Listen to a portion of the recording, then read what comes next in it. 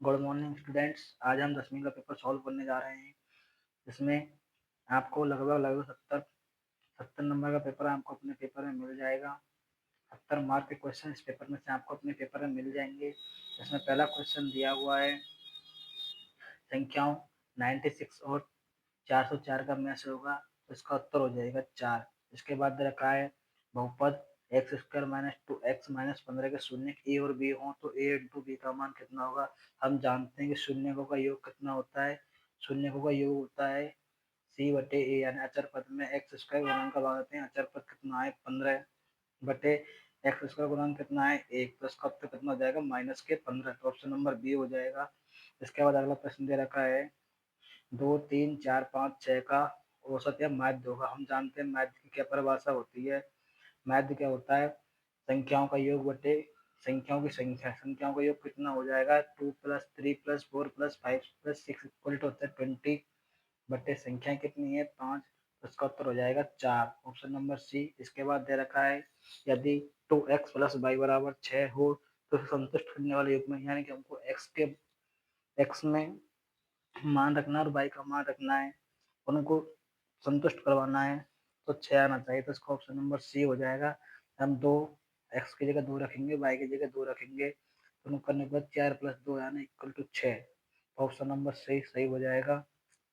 इसके बाद अगला क्वेश्चन दे रखा है हमें, पांचवा प्रश्न है यदि एपी का प्रथम पद 6 है, एपी का प्रथम पद 6 है और उसका सारवंतर 3 है, तो हम जानते हैं एपी का दूसरा पद क्या हो जाएगा ए प्लस डी, यानी 6 और 3 9। उसके बाद ए प्लस 2 डी यानी कितना हो जाएगा अगला पद 12। तो इसकी समांतर श्रेणी कौन सी बनेगी, तो इसकी समांतर श्रेणी बनेगी 3 6 9 12। इसके बाद देखिए हमें छठा दे रखा है कि निम्न में से कौन सी समरूपता की कसौटी नहीं है। हम जानते हैं समरूपता की कसौटी कौन होती है, भुजा कौन भुजा होते हैं, ए यानी कि ए ए ए होती है, एस ए एस होती है, और हमारे पास एंगल भुजा भुजा होती है, लेकिन भुजा भुजा भुजा नहीं होती है। इसका ऑप्शन नंबर सी हो जाएगा। इसका ऑप्शन नंबर सी हो जाएगा। इसके बाद दे रखा है कि ए बराबर 4,0, बी बराबर 0,4, तो ए बी का मध्य बिंदु। हम ए बी का मध्य बिंदु जानते हैं x1 प्लस x2 बटे 2 और y1 प्लस y2 बटे 2। यहाँ से x1 का मान 4 है, x2 का मान 0 है बटे 2, यहाँ से इसका मान 0 है, y1 का और y2 का मान 4 है बटे 2, तो इसका कितना हो जाएगा 2,2। इसका उत्तर हो जाएगा 2,2। इसका ऑप्शन नंबर सी हो जाएगा 2,2। इसके बाद हमें देखा समकोण में cos a बराबर 3/5, तो sin a का मान कितना होता है, क्योंकि हम जानते हैं cos a बराबर कितना होता है, cos a बराबर होता है आधार बटे कर्ण। तो आधार का मान दे रखा है हमें, आधार का मान दे रखा है 3, कर्ण का मान दे रखा है 5, तो यहाँ से लंब का मान हो जाएगा 4। तो हम जानते हैं साइन ए बराबर होता है लंब बटे आधार, लंब बटे कर्ण, तो लंब का मान कितना है हमारे पास 4, तो इसका उत्तर हो जाएगा 4/5। इसका उत्तर हो जाएगा 4/5, ऑप्शन नंबर बी। इसके बाद अगला प्रश्न देखिए, किसी मीनार की ऊंचाई और छाया बराबर है तो सूर्य कोण हम जानते हैं यदि छाया और ऊंचाई बराबर होती है तो उसका थीटा बराबर 45 डिग्री होता है, तो उसका कोण थीटा बराबर 45 डिग्री होता है। ये बहुत ज्यादा इंपॉर्टेंट प्रश्न है। इसके बाद अगला दे रखा है 10। ये प्रश्न हम पीछे भी करके आ चुके हैं और यहाँ भी ये प्रश्न आया है। ये प्रश्न भी बहुत ज्यादा इंपॉर्टेंट है। वर्ग अंतराल 10 से 25 का वर्ग चिन्ह निकालने के लिए क्या करते हैं हम, निम्न सीमा प्लस ऊपरी सीमा बटे 2, तो 10 प्लस 25 बटे 2 करेंगे तो 37.5 हो जाए, 35/2 हो जाएगा 17.5। इसका ऑप्शन नंबर सी हो जाएगा। इसके बाद दे रखा है हमें किसी व्यास के सिरों पर, ये व्यास दे रखा है, इसके सिरों पर एक स्पर्श रेखाएं खींची जाती हैं, वो एक दूसरे क्या करती हैं, एक दूसरे के समांतर होती है, जिसे हम देख पा रहे हैं। इसके बाद अगला प्रश्न दे रखा है भुजा 7 सेंटीमीटर वाले एक घनाकार के ऊपर एक अर्धगोल रखा है, तो अर्धगोल की अधिकतम अधिकतम व्यास कितना हो सकता है, तो उसका अधिकतम व्यास कितना हो सकता है, उसका अधिकतम व्यास हो सकता है 7 सेंटीमीटर। देखिए कैसे, एक 7 सेंटीमीटर वाला घन है, एक 7 सेंटीमीटर वाला घन दिया हुआ है, लगभग लगभग उसे मान लेते हैं, उसके ऊपर एक अर्धगोला रखा हुआ है, अर्धगोला रखा हुआ है, तो उस अर्धगोले का अधिकतम व्यास, व्यास क्या होती है त्रिज्या का दोगुना, तो ये पूरा क्या हो जाएगा उसका व्यास, तो व्यास कितना हो सकता है 7, व्यास हो सकता है उसका 7 सेंटीमीटर। उसके बाद दे रखा है एक वृत्त के प्रत्येक चतुर्थांश का कोण कितना होता है, ये वृत्त दे रखा है, इसमें 6 चतुर्थांश होते हैं, 1 2 3 4, यहाँ पर प्रत्येक चतुर्थांश का मान होता है 90 डिग्री, कितना 90 डिग्री। इसके बाद अगला प्रश्न दे रखा है हमें, एक पासे को उछालने पर 6 से बड़ा अंक आने की है, हम जानते हैं हम एक पासे को उछालते हैं तो अधिकतम अंक 6 ही आता है, 6 से बड़ा अंक नहीं आता है, तो उसकी प्रायिकता क्या हो जाएगी 0, कितनी हो जाएगी 0। इसके बाद अगला प्रश्न दे रखा है, समांतर श्रेणी दे रखी है 3, यानी 1 का मान कितना दे रखा है -3, A2 का मान कितना दे रखा है -1/2, और A3 का मान दे रखा है 2। हम जानते हैं, तो उसका 11वां पद पूछा है, तो उसका हम पहले D निकालते हैं, D निकालने के बाद इसका हम 11वां पद निकालेंगे, इसका D कितना हो जाएगा, D बराबर क्या होता है A2 A1, तो A2 A1 करेंगे तो D आएगा इसका 5/2, यहाँ से हम इसका 11वां पद निकालते हैं, तो हम क्या करते हैं A प्लस, हम जानते हैं सूत्र क्या होता है ए एन बराबर का A plus N minus 1 into D, यहाँ पर वैल्यू रखते हैं, ए का मान -3 प्लस 11वां पद निकालना है, 11 -1, डी का मान आया 5/2, यहाँ से इसका उत्तर हो जाएगा तुम्हारा, इसका उत्तर हो जाएगा। इसके बाद अब तो इसको सॉल्व करते हैं और आगे -3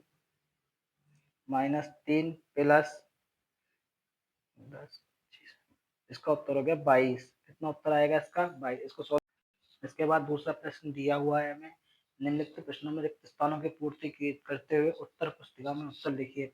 हमें एक समांतर श्रेणी दे रखी है, इसका प्रथम पद ए बराबर दे रखा है, ए बराबर कितना है 3, और समांतर श्रेणी दे रखी है हमें 1 3 -1, एवं सारवंतन, सारवंतन जानते हैं A2 A1 करते हैं, तो A2 का मान कितना है 1 -3, तो कितना हो जाएगा -2, सारवंतर हो जाएगा -2, प्रथम पद हो जाएगा 3। इसके बाद हम आगे करते हैं cos square 60 degree plus sine square 60 degree, हम जानते हैं थीटा, थीटा बराबर होता है, तो sine square theta plus cos square theta कितना होता है 1, sine square theta plus cos square theta बराबर 1, ये कब होता है जब थीटा का मान समान हो, थीटा का मान समान है 60 डिग्री, तो उसका मान हो जाएगा 1। इसके बाद हम आगे देखते हैं, एक शंकु की ऊंचाई दे रखी है 6 सेंटीमीटर, और एक शंकु दे रखा है जिसकी त्रिज्या दे रखी है हमें, त्रिज्या दे रखी है हमें 6 सेंटीमीटर, ऊंचाई दे रखी है 8, इसकी ऊंचाई हम जानते हैं, ऊंचाई बराबर होता है एल बराबर, तिर्यक ऊंचाई बराबर होता है एल बराबर H square plus R square, तो इसका मान कितना हो जाएगा 10। ये प्रश्न आपके पिछले पिछले पेपर में भी था, ये क्वेश्चन भी आपका बहुत मोस्ट इम्पोर्टेंट प्रश्न है, मोस्ट इम्पोर्टेंट लगा लीजिए इसको। इसके बाद हम आगे देखते हैं, वर्गीकृत मात्रक को, वर्गीकृत आंकड़ों का माध्यक ज्ञात करने का सूत्र, हम माध्यक ज्ञात करने का सूत्र जानते हैं, क्या होता है माध्यक ज्ञात करने का सूत्र, वो होता है एल, यानी माध्यक बराबर, सॉरी। इसके बाद देखते हैं हम 8वां प्रश्न, जिसमें दे रखा है त्रिज्या 14 सेंटीमीटर वाले एक वृत्त का चाप केंद्र से 60 डिग्री कोण अंतरित करता है, चाप की लंबाई हम जानते हैं, चाप केंद्र का क्षेत्रफल π/360 इंटू 2πr, यहाँ पर हमें r का मान दे रखा है, थीटा का मान दे रखा है, यहाँ से हम चाप की लंबाई निकाल लेंगे। उसके बाद अगला प्रश्न दे रखा है हमें, 6 सेंटीमीटर ऊंचे एक खंबे की छाया 2√3 मीटर लंबी है, सूर्य का कोण पूछा है, क्योंकि हम जानते हैं, ये देखिए हमें दे रखा है 6 मीटर ऊंचा है और 2√3 क्या इसकी छाया पड़ रही है, ये कोण हमें पूछा है। हम जानते हैं टेन थीटा बराबर क्या होता है हाइट बटे बेस, यानी कि ऊंचाई बटे आधार, तो कितना हो गया 6/2√3, 2 से काटा 3 बार, और अंडर रूट 3 से अंडर रूट 3 बार, तो बताइए टेन थीटा का मान कहाँ अंडर रूट 3 होता है, तो थीटा बराबर 60 डिग्री पर, कितना हो जाएगा थीटा बराबर 60 डिग्री, थीटा बराबर 60 डिग्री। उसके बाद हमें दे रखा है 20 मीटर ऊंची नदी के पुल के अवनमन कोण 30 डिग्री है, पुल को पहुंचने में कितनी दूरी तय करनी पड़ेगी, यानी कि हमें दे रखा है ऊंचाई कितनी दे रखी है 20, और कोण कितना है अवनमन कोण 30, अवनमन कोण ये वाला है, तो यहाँ से देखेंगे एकात्तर कोण बन जाएगा, ये होगा 30। हमें ये ज्ञात करनी है, हम जानते हैं कि टेन थीटा बराबर क्या होता है, टेन 30 बराबर लंब बटे बेस, तो 10 इसका मान 1/√3 लंब दे रखा है हमें 20, बेस पूछी है, इसको बदलगुणा करेंगे तो x बराबर कितना हो जाएगा 20√3 इकाई दूरी। इसके बाद हम आगे देखते हैं। इसके बाद लघुत्तरात्मक प्रश्न सिद्ध कीजिए। √2 एक अपरिमेय संख्या है जो कि बहुत ज्यादा इंपॉर्टेंट प्रश्न बन जाता है आपके प्रश्नावली से। और एक क्वेश्चन बनता है 2 + 3 √2 वाला, ये भी आपका इंपॉर्टेंट क्वेश्चन बनता है। दोनों ही क्वेश्चन बहुत ज्यादा इंपॉर्टेंट हैं। इसके बाद देखिए बहुपद x6x² - 3 - 7 x के शून्य इधर रखें 3/2 और -1/3, तो शून्य और गुणांकों की सत्यता की जांच कीजिए। ये भी बहुत इंपॉर्टेंट प्रश्न है। आप इसके बाद प्रश्न देख लीजिए जो कि बहुत ज्यादा इंपॉर्टेंट आपकी पेपर में आने वाले हैं। ये प्रश्न आपको मेरे टेलीग्राम चैनल पर भी मिल जाएंगे, जिसका लिंक मैंने डिस्क्रिप्शन में दिया हुआ है। इसके बाद अगला प्रश्न देखिए, समीकरण निकाय। आप यहाँ पर देख लीजिए प्रश्न, समीकरण निकाय x - y + 1 = 0 और 3x + 2y - 12 = 0 हल करना है। इसके बाद देखिए फिर में वाला प्रश्न है। फिर 8वां प्रश्न देखिए आपका निर्देशांक ज्यामिति से है। x का x अक्ष पर वह बिंदु ज्ञात कीजिए जो बिंदुओं a और b से समदूरस्थ दूरी पर है, हमें ज्ञात करना है। इसके बाद 9वां प्रश्न दे रखा है, किसी त्रिभुज में AB = 24, BC = 7, कोण B = 90 डिग्री है, तो साइन और साइन C का मान ज्ञात कीजिए। इसके बाद 10वां प्रश्न देख लीजिए आप। फिर इसके बाद 11 प्रश्न, अभी हमने यही पढ़ा था, यही क्वेश्चन था कि व्यास के सिरों पर, किसी वृत्त के व्यास के सिरों पर खींची गई स्पर्श रेखा समांतर होती है। अगर आप एक दो प्रश्नों को बड़ों को पढ़ेंगे तो आपके छोटे वाले प्रश्न वैसे भी सॉल्व हो जाएंगे। इसके बाद देखिए 12वां प्रश्न, उसके बाद 14वां प्रश्न दे रखा है माध्य ज्ञात करना है। ये प्रश्नावली भी आपकी बहुत ज्यादा इंपॉर्टेंट है, 13 नंबर की प्रश्नावली है सांख्यिकी की, यहाँ से आपका प्रश्न आते हैं बहुत ज्यादा। इसके बाद हमें प्रश्न 15वां प्रश्न दे रखा है, दो पासों को साथ साथ फेंका जाता है, इसकी क्या प्रक्रिया है कि 200 पासों को समान अंक आए और दोनों पासों पर अंकों का योग 7 हो। इसके बाद हमें प्रश्न दे रखे हैं, आप इनको पढ़ लीजिए, ये सॉल्व करवाना मुश्किल है यहाँ पर। 16वां प्रश्न देखिए आप, कल्पित माध्य विधि से समांतर माध्य ज्ञात करना है। इसके बाद अगला प्रश्न दे रखा है, नीचे दिया हुआ बंटन एक कक्षा के 40 विद्यार्थियों के भार को दर्शा रहा है, इसका माध्य माध्य ज्ञात करना है। प्रथम 100 प्राकृत संख्याओं का योगफल कितना होता है, ये आपका समांतर श्रेणी से है। इसके बाद ये प्रश्न अथवा में भी है। 18वां प्रश्न देख लीजिए आप। इस पेपर की पीडीएफ आपको मेरे टेलीग्राम चैनल पर मिल जाएगी, चैनल को सब्सक्राइब कर दीजिए, ऐसी वीडियो आती रहेंगी, अच्छे अच्छे क्वेश्चन आते रहेंगे और मैं आपके लिए अच्छे अच्छे प्रश्न और पीडीएफ लेके आता रहूंगा। इसके बाद 19वां प्रश्न देख लीजिए, खंड डी हो गया आपका, इसमें देख लीजिए आप पढ़ते चलिए प्रश्नों को और इन प्रश्नों पर बहुत ज्यादा ध्यान दें। ये प्रश्न आपके एग्जाम की दृष्टि से बहुत ज्यादा इंपॉर्टेंट है।